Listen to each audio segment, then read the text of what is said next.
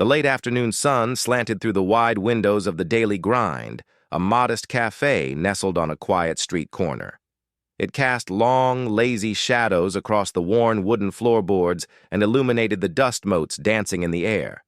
The cafe smelled of fresh coffee grounds, warm pastries, and old paperbacks, a haven of predictable tranquility. At a small table by the window, a woman named Sarah Miller sat alone, nursing a cup of black coffee that had long gone cold. To the casual observer, Sarah was unremarkable. She was in her late 40s, with a lean, athletic build that was largely hidden under a faded, oversized navy blue sweater. Her dark hair was pulled back into a no-nonsense ponytail, and her face, though pleasant, was etched with the faint lines of a life lived under harsh suns and intense silences. She was staring out the window, her gaze distant, seemingly lost in thought. A well-worn, leather-bound journal lay open on the table before her. Oh, but she hadn't written in it for over 20 minutes. She was just there, a part of the scenery. This quiet, almost melancholic stillness is precisely what caught the attention of two men who had just walked in.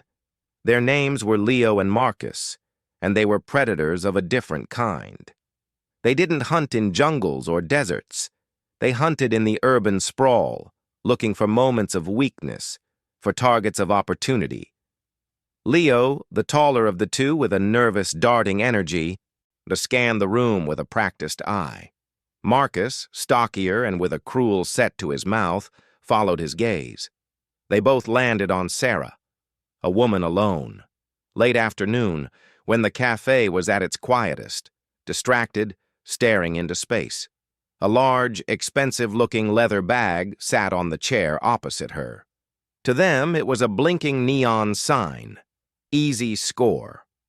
"See her?" Leo murmured, nodding subtly towards Sarah's table. "Daydreaming. Purse is right there. We go in. I create a little distraction. You lift the bag and we're out the door before she even remembers her own name." Marcus smirked. "Textbook, let's do it." They ordered 2 small coffees to establish a presence, then loitered near the counter, waiting for the right moment. The barista, a young college student named Chloe, was busy cleaning a machine, her back to the room. The only other customer was an elderly man deeply engrossed in a newspaper in the far corner, his hearing aid likely turned down low. The stage was set. Leo made his move first. He sauntered over towards Sarah's table, deliberately stumbling into a chair a few feet away from her. It scraped loudly against the floor. "Oh, man! So sorry!" he exclaimed, his voice artificially loud. He made a show of rubbing his shin. "These chairs, I swear, they jump right out at you." The noise did its job. Sarah's distant gaze snapped back to the present. She looked at Leo, her expression not startled but assessing. It was a flicker of something sharp and quick, there and gone. To Leo, it just looked like a confused woman. "It's fine," Sarah said, her voice quiet and even. Leo beamed, keeping his body language clumsy and non-threatening. "Thanks, I appreciate that. Say, do you have the time? My phone's dead."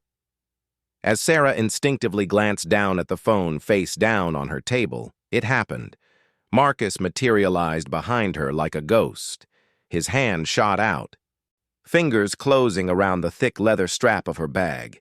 In one fluid, silent motion, he lifted it from the chair. He was already turning, already calculating his path to the door, a smug grin of triumph spreading across his face. The entire operation, from Leo's stumble to the snatch, had taken less than 4 seconds. Their plan was perfect. Except for one critical variable they had failed to calculate: Sarah Miller. Sarah didn't gasp. She didn't shout. There was no moment of panicked realization. The instant her peripheral vision caught the movement of her bag, her body reacted before her conscious mind had even fully processed the theft. It was a response carved into her very muscle and bone by over 2 decades of service in the most elite fighting force on the planet, the United States Navy SEALs. The quiet, distracted woman vanished. In her place was operator Sarah Miller, a seasoned combat veteran with multiple deployments in hostile territories. Her chair scraped back with a sharp, decisive force as she rose. There was no hesitation, no wasted motion.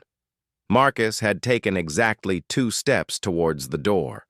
He was still basking in the ease of it all when a hand clamped down on his wrist.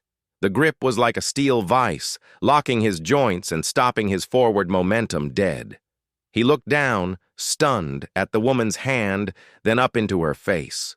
The soft, distant eyes were gone. They were now flat, cold, and utterly focused. It was the look of an apex predator, and for the first time in his life, Marcus understood what true prey felt like. "You have something that belongs to me," Sarah said. Her voice was no longer quiet. It was low, calm, and carried a terrifying authority that cut through the cafe's silence like a blade. Panic flooded Marcus's system. This wasn't right. This wasn't how it was supposed to go. He yanked his arm, trying to free himself, but it was like trying to pull away from a truck. With a sharp, efficient twist of her hips and a pivot on her heel, Sarah used his own momentum against him. In a blur of motion, the world spun for Marcus. His feet left the ground, and he landed flat on his back on a nearby empty table with a sickening thud, the air whooshing out of his lungs. The stolen bag was still in his hand, now pinned uselessly against his chest. Sarah hadn't even broken a sweat. Leo, the distraction, stood frozen by Sarah's table. His jaw was slack, his eyes wide with disbelief. The clumsy, harmless act was gone, replaced by sheer, unadulterated terror. This was a scene from an action movie, not a simple snatch and grab. Let him go," Leo stammered, his voice cracking. He looked around wildly for something, anything. His eyes landed on the chair he had stumbled into.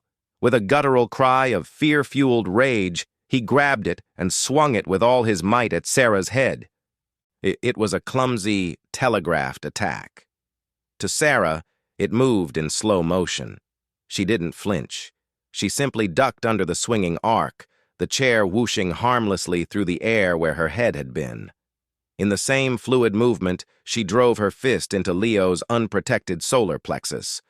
It wasn't a wild, cinematic punch.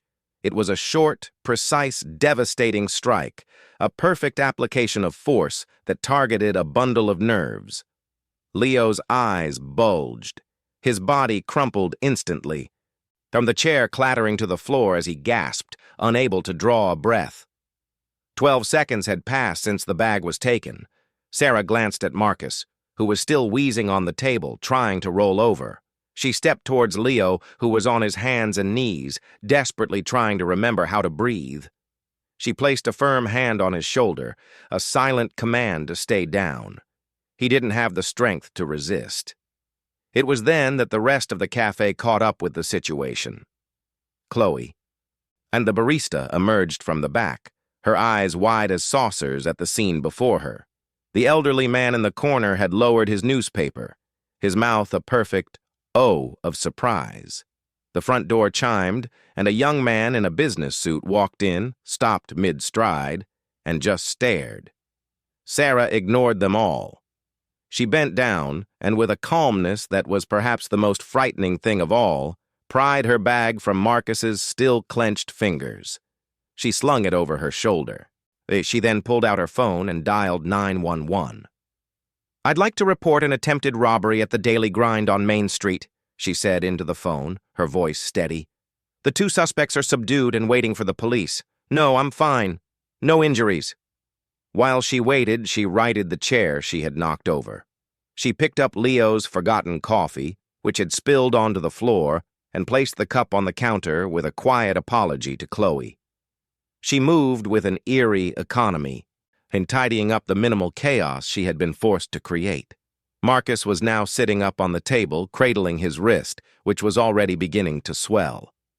Leo was slumped against a table leg, his face pale and sweaty, his arms wrapped around his stomach.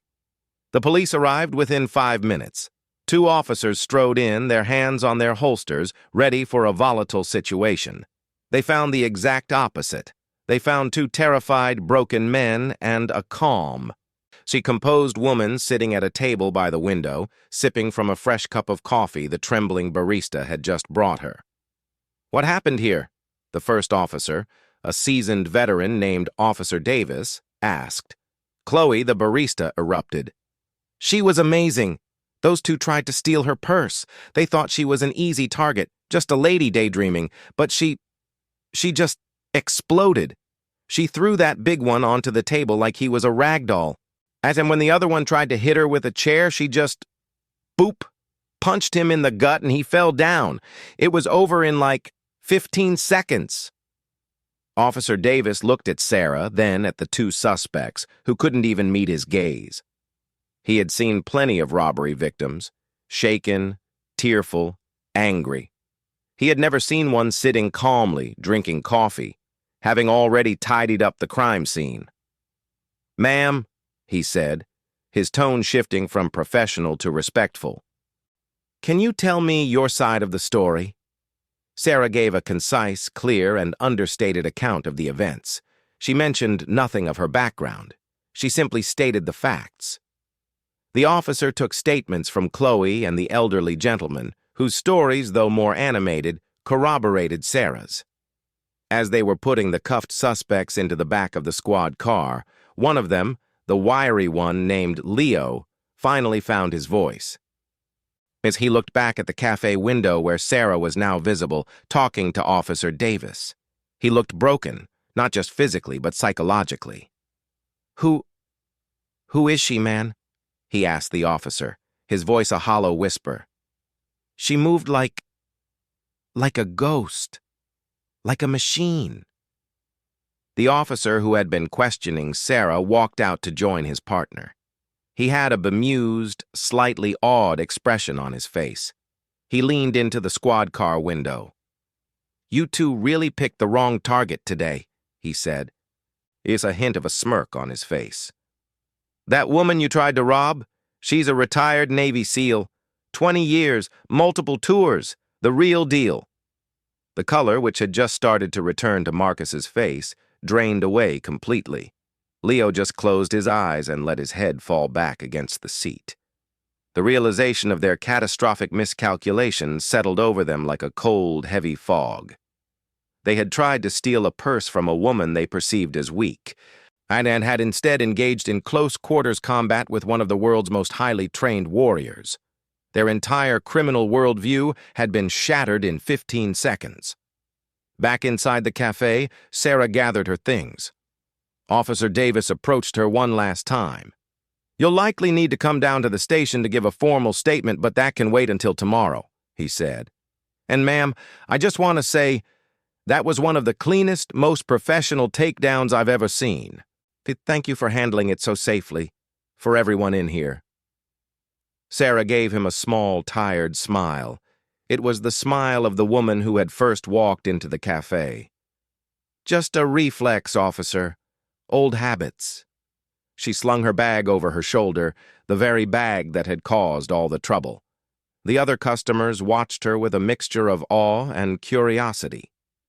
The young man in the business suit quickly looked away when her gaze drifted past him. Chloe, the barista, gave her a shy, enthusiastic wave. Sarah nodded politely and walked out the door, back into the late afternoon sun. She walked down the quiet street, a solitary figure, once again blending into the scenery. But for anyone who had witnessed what happened inside the daily grind, the world looked a little different. They would never look at a quiet, unassuming person the same way again. They had learned a powerful lesson about the stories a person's eyes can hold and the incredible, a latent capability that can exist behind a facade of stillness. The quiet ones, they realized, are often the ones with the most to say, and the ones you should never, ever underestimate. The cafe settled back into its quiet rhythm, but it was a different kind of quiet now. It was the quiet of respect, a silent tribute to the warrior who had passed through, restored order, and moved on. leaving only a story and a profound sense of awe in her wake.